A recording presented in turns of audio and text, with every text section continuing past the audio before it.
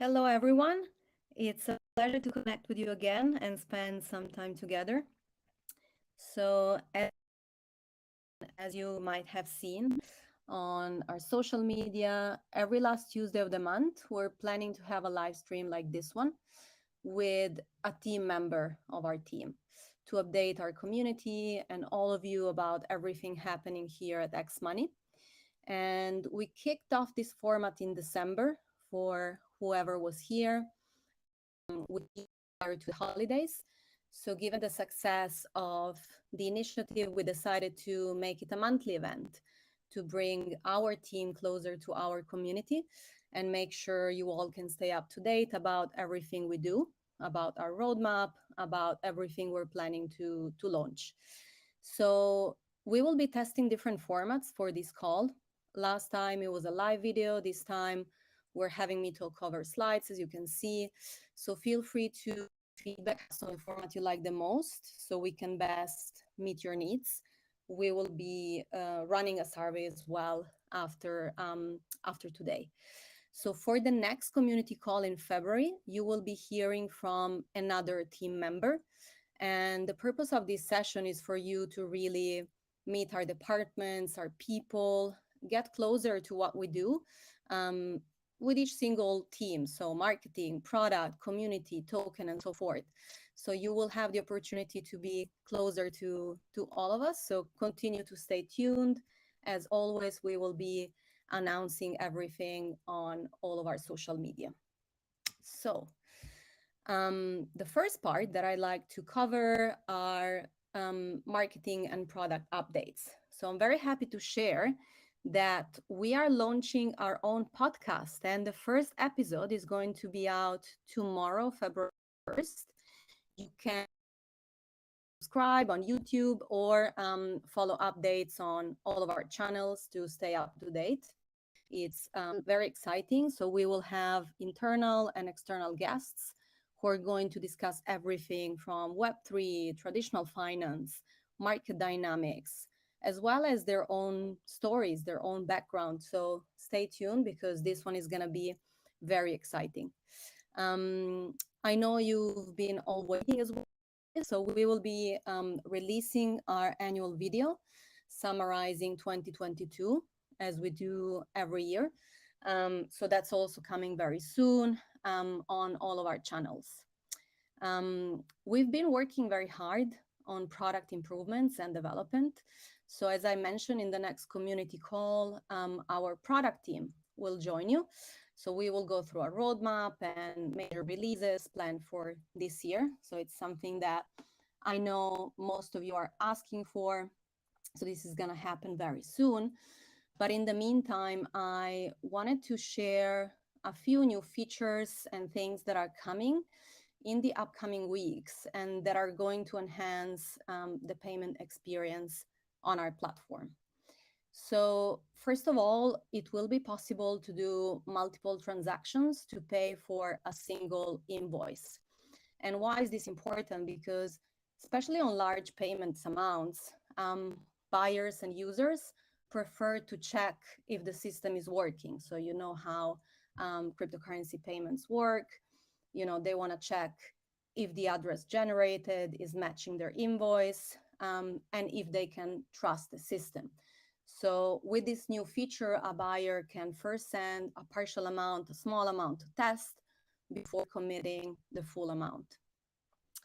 Secondly, be able to integrate with their MetaMask wallet when doing a payment. So what this means is that making payments will be much simpler for multiple reasons. So firstly, you can initiate a transaction without having to copy paste the address and the amount, but it's integrated. So you will be able to avoid, for example, underpayments or payments, and often even expired payments, while always, saying the right currency to the right chain with a direct integration to the wallet. So we will be testing this and leveraging also the learnings for future similar integrations.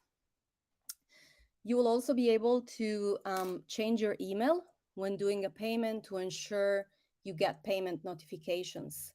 And sometimes want to use a unique email for the process of the payment that is different from the one they provided to the merchant. So, perhaps they also had a typo, and, thus so far they haven't received payment notifications. So they will be able to confirm, change their email as they want. So we can tackle this problem.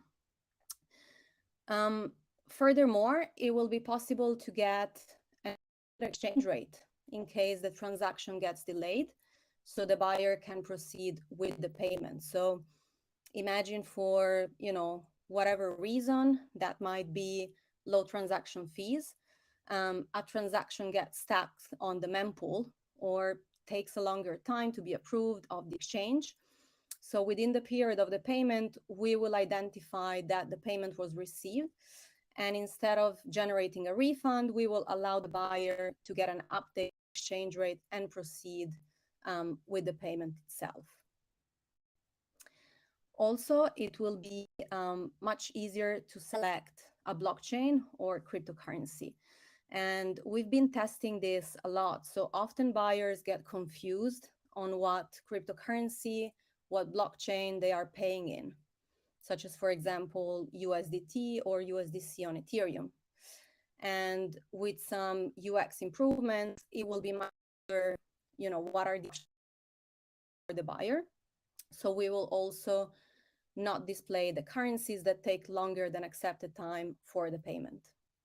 As you can see, it's a lot of enhancements on the payment experience, because we really want our payment experience to be clean and simple and the best one that a buyer can find in the market.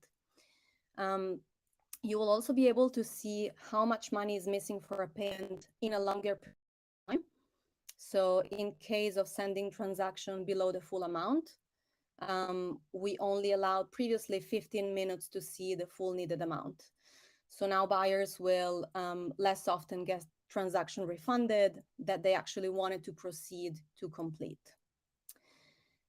Also, you will be able to go back and select another currency for the payment. This was a UX problem. So users wanted to select a currency to see how things were before committing to the purchase. As I mentioned before, you know how crypto payments work. Buyers often want to test, before committing to payment. So we did not allow them to move back and select another currency. So often orders, get canceled only for them to try again. So this will be solved. And we will enable customized flows for each payment method and in context help. So what this means is the most common problem users is knowing how to pay. They are scared. It's crypto payments. So we are adding customized flows with help on how to do the payment within the widget. So no longer requiring as often buyers to search on the web or our FAQ or reaching out to support. So we will be increasing a lot buyer confidence. And last but not least, on product, so we will allow buyers to follow the transactions and payment status from the widget itself. So with the current iteration of the widget, it was hiding a lot of details to buyers. We found out that buyers too often needed to open an explorer because they felt a lot anxious while waiting to see what we identified, if anything. So now they will be able to track transactions individually within the new widget without having to go externally. So as you can see, everything is done to enhance the buyer experience, to increase the buyer confidence, to increase the trust. So we do provide the best payment experience for our customers. So on this, this was just a small anticipation, but stay tuned because the product team will be here very soon in the next community call, talking more throughout everything we're launching and showing you some great things. The next topic I wanted to talk about is, of course, xMoney. So in the last community call in December, I briefly touched base on it, and I really wanted to reiterate on our focus, our mission, our vision, as well as other updates. Um, so, first of all, as I said in December, the fundamentals of why we exist have not changed at all. So, we are here to provide a better alternative to traditional payment systems, which are obsolete, are unable to innovate at a pace needed for their customers. So, on one side, as we know, all the merchants and brands and retailers around the world are looking for cost effective solutions that can provide a great service, especially for cross border and international payments. Because today, if you want to stay competitive, you need to sell internationally.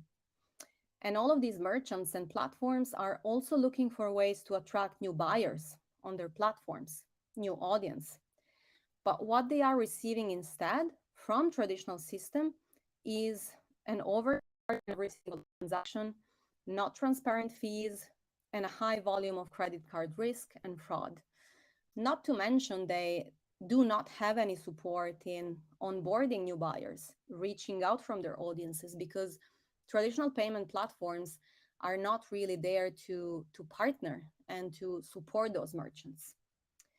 So on the other side, we almost have 2 billion people globally who remain underbanked or unbanked due to all of the limitation of our traditional financial systems.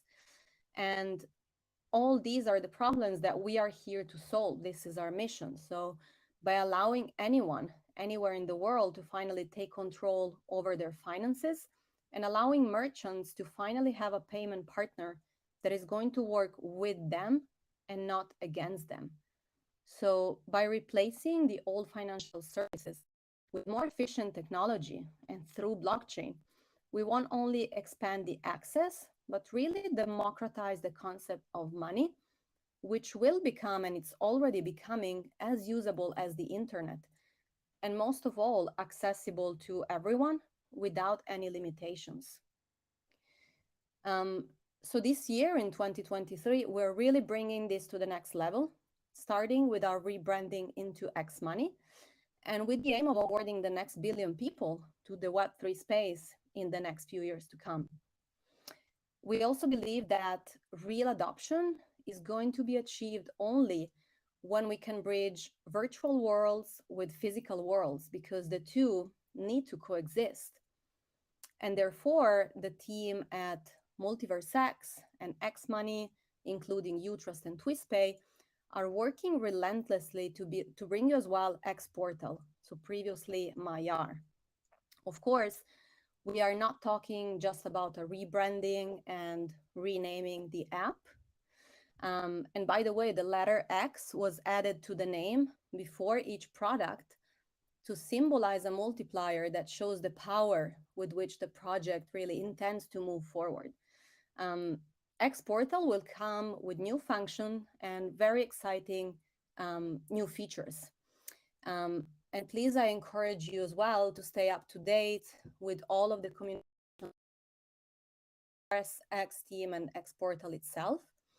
So as the name says, X Portal will be a portal, right, between the metaverse and the physical world, and a portal that you can really access from your own device in any moment. You don't need any complex technology. So in this context, the role of payments will be crucial, as we also want payments to be a bridge between the metaverse and the physical world.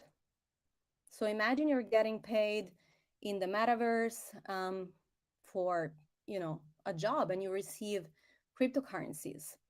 And then you go in a favorite tech shop and you want to buy a new phone. So what X Portal will give you is the option to exchange your digital assets and pay the phone in the store with your X card in a matter of seconds by exchanging, crypto to fiat on the card.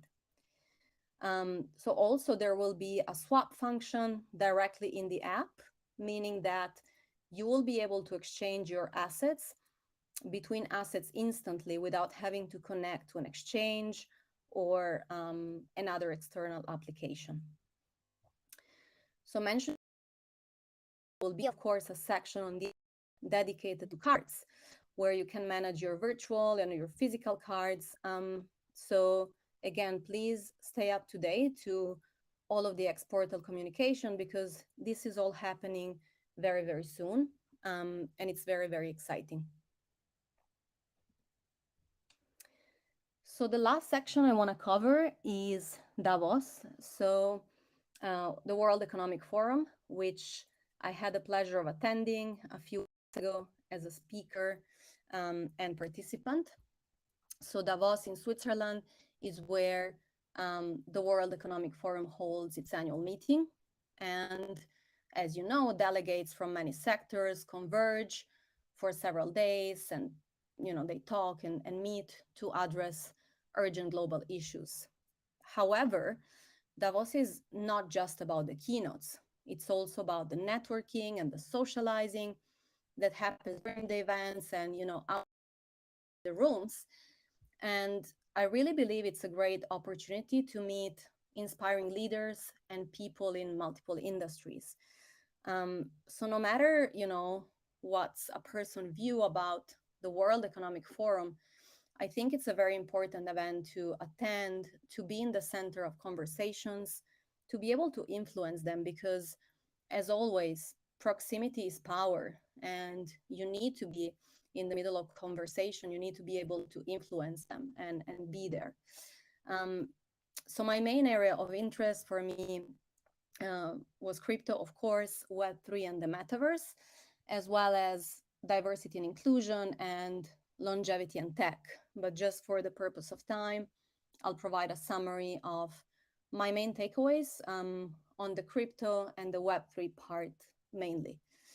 So let me just share, this year Davos felt, I would say, back to normal in terms of attendance after the pandemic period, although the crypto presence and the crypto representation was smaller versus the past. So less companies were participating with a dedicated space and with presence as well. And I think this is totally normal in the current context of events, where the prolonged crypto winter coupled with events like FTX collapse made a noticeable mark on the number of participants and crypto companies. So on one side, although crypto and blockchain remained a small part of all of the topics discussed during the World Economic Forum, those sessions that I have attended were very high quality discussions. And there is a very strong willingness to push the space forward, to fuel adoption, and really increase the collaboration between traditional finance and crypto. Just picking some of the companies that were there. So Circle had a very strong presence during the forum, and I had the pleasure of meeting their chief operating officer, Elizabeth Carpenter, who talked a lot about building trust through cryptocurrencies as the ultimate form of currency. And really, stable coins are at the core of this trust, because when you think about companies, they do not want to deal with volatility. So stablecoins still offer the benefits of cryptocurrencies, but at the same time, they eliminate the volatility risk.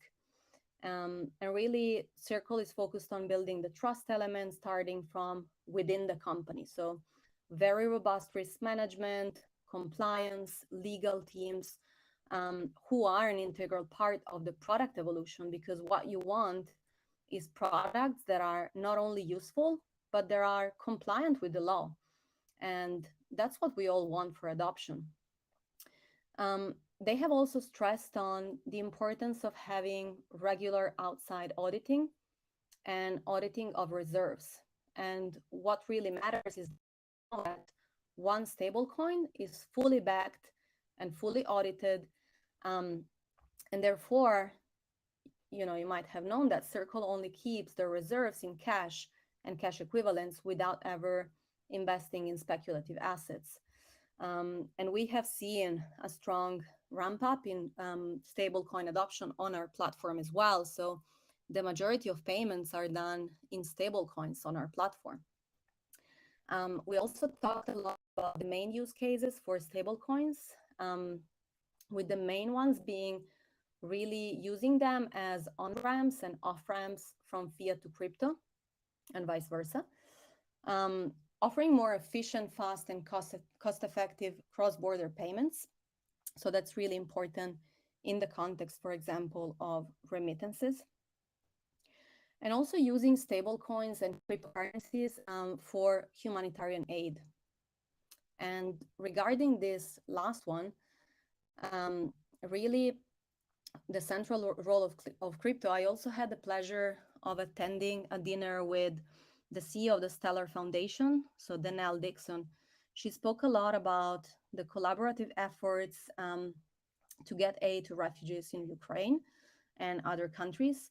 And the Stellar Development Foundation has partnered with companies like MyCom and Circle, really to launch a relief program powered by blockchain technology that enables organizations to distribute funds to recipients and also monitor the disbursement, right, of these funds on the Stellar blockchain. I was also invited to speak at the World Innovation Economics, where I spoke about the role of cryptocurrency within the concept of regenerative finance. So it's funny because I think every year we come up with, another term, and I think this year is going to be all about regenerative finance. So I think the concept of refi is very relevant when we applied it to blockchain and crypto. So of course, the underlying concept is that money should be a tool and not the end goal, right? So money can be put to work, so it can have a positive impact on the planet, on the communities. And the goal is really to build shared value and not only shareholder value. Of course, this is not always the case in crypto because we've seen a lot of bad management on the speculative side of the business. But I do believe that there is a huge potential for crypto and blockchain to be used in a way that money can circulate in the economy to serve a greater purpose. And some of the fundamental aspects that I see and that I talked about are, one, the concept of using blockchain technology as a fuel for economic inclusion. So as I mentioned, almost 2 billion people are underbanked or unbanked. And now we have the technology so that anyone with a device can download a wallet, they can have cryptocurrencies, they can own money, and they can participate in global economy.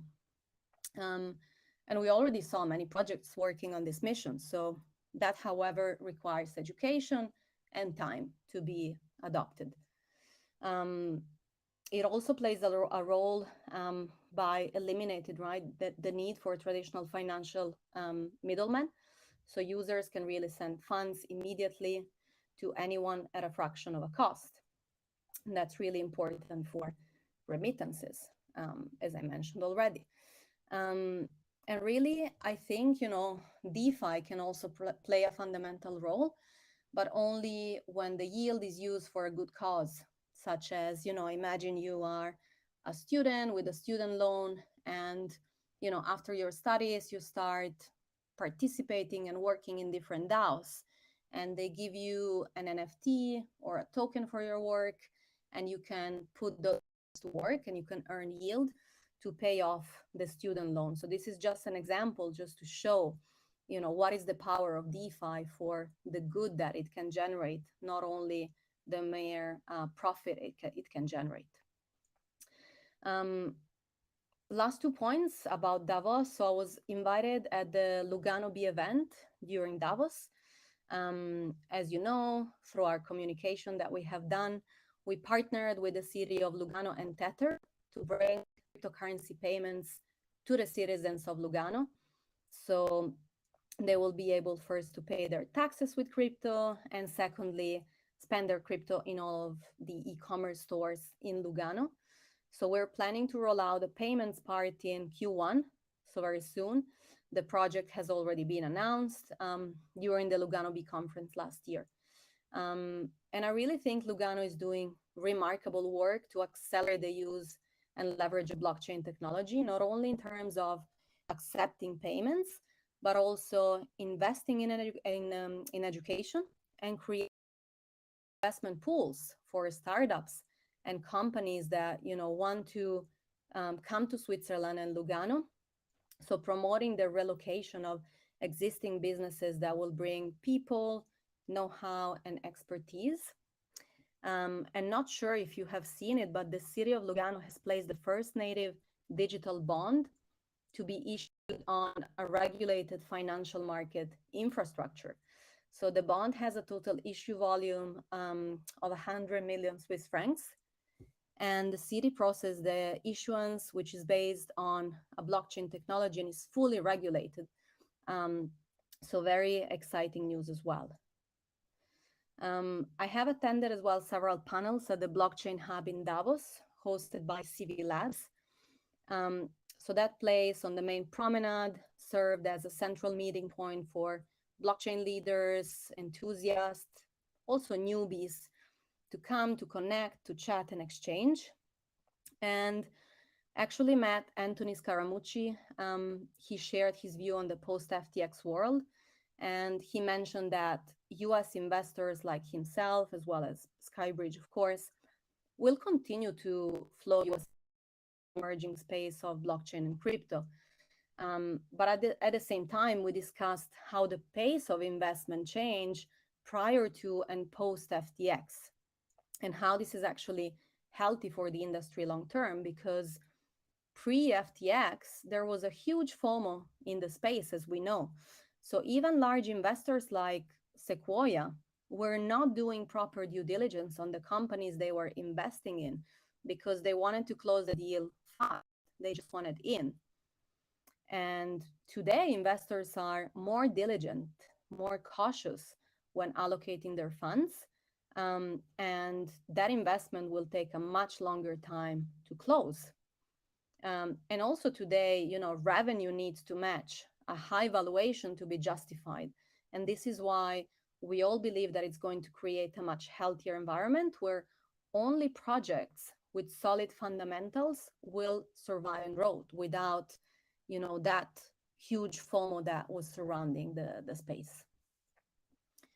As a last point, I'd like to mention briefly that I've been involved in several discussions about advancing equality, and in particular, closing the gender gap in the fintech and in the Web3 space. So this topic is very close to my heart, as I really think everyone should have equal opportunities to grow, to build a career, to launch their business, no matter their background or the circumstances, their gender. And a lot of work has to be done as well to remove biases from our company culture.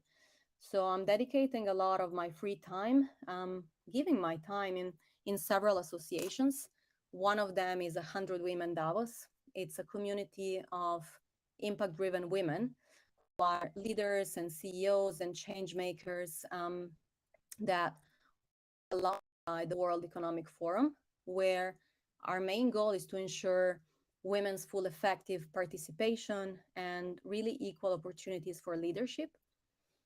So we held several workshops during the Economic Forum and discussed how to advance women leadership in organization with some concrete actions and a plan. And the results will be published in a paper and shared publicly for whoever is interested. So that will be also available very, very soon. So I think I took a lot of time. I hope you really enjoyed this community call. It's really great to be with you. It's really great to connect with our community. We want to do this more and more. As you can see, we are doing this more and more through the calls, the podcast, and the many, many initiatives that we will have in the next few weeks and months to come. So please feel free to share your feedback, as always, telling us what you would like to hear from, who is the team member that you would like to meet for the next community calls, and we will make sure to make that happen. So thank you so much, and hope to see you very soon.